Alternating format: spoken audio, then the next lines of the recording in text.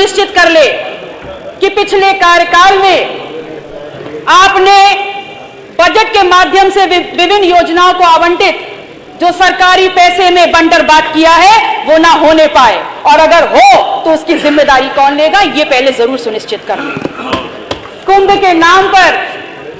लगातार पैसा सरकार दे रही है, लेकिन मेरी विडंबना ये है और मैं ये नहीं समझ पा रही कि वहां पर कौन सा ऐसा सन्यासी है, कौन से ऐसे साधु संत हैं, कौन से ऐसे अखाड़े के पांडाल हैं जो वहां पर सरकारी पैसे पर रहते और खाते हैं। हमारा यह सौभाग्य है कि हमारे प्रदेश के मुखिया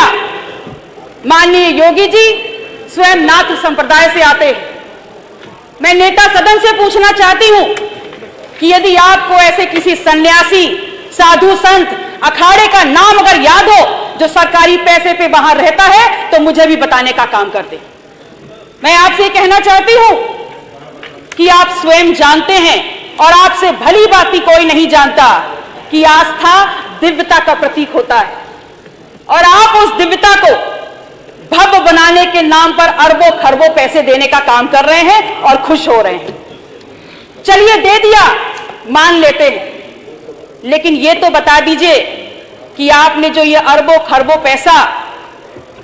कुंभ के नाम पर दे रहे हैं, हिंदुओं की आस्था के नाम पर दे रहे हैं, इसका बंदरबाट ना होने पाए, इसकी लूट ना होने पाए, ये आप कैसे सुनिश्चित करेंगे? आपकी सोच और आपके बजट में विकास सबसे ऊपर है, ये बात तो समझ में आ रही है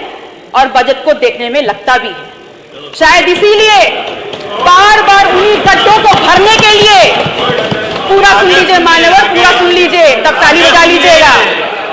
क्योंकि अब तालियां रिवाइंड नहीं होंगी, अब तालियां रिवाइंड नहीं होंगी। आपने लगातार, आपकी बजट में विकास आपकी इंपॉर्टेंस में है, प्राथमिकता में है, बहुत बढ़िया, और इसलिए क्योंकि लगातार उन्हीं गड्ढों को भरने के लिए आप बजट पे बजट देते चले जा रहे हैं। तो मैं माननीय मुख्यमंत्री जी से कहना चाहती हूं कि आपके आसपास ही बैठे होंगे कोई अपने ही होंगे जो पिछले कार्यकाल में अपने गाल बजाते हुए बोल रहे थे कि 100 दिन में गड्ढे भर देंगे, 100 दिन में गड्ढे भर देंगे, और फिर आज पुनः वही गड्ढों में गड्ढे भरने का काम हो रहा है। तो मेरा प्रश्न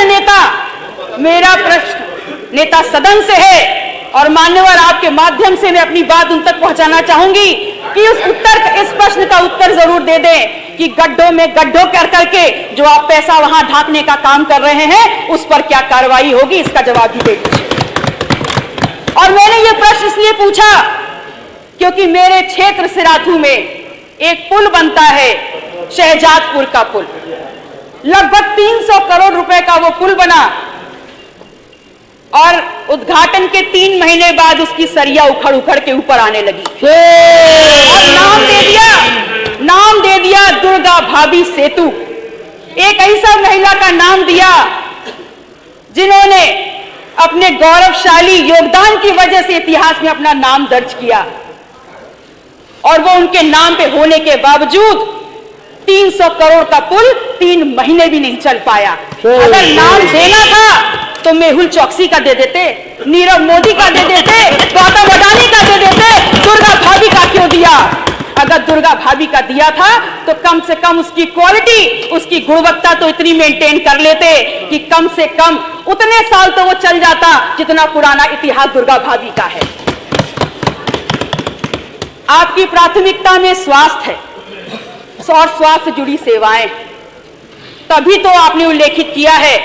कि 45 जनपद मेडिकल कॉलेजेस से आच्छादित हैं, 14 निर्माणाधीन हैं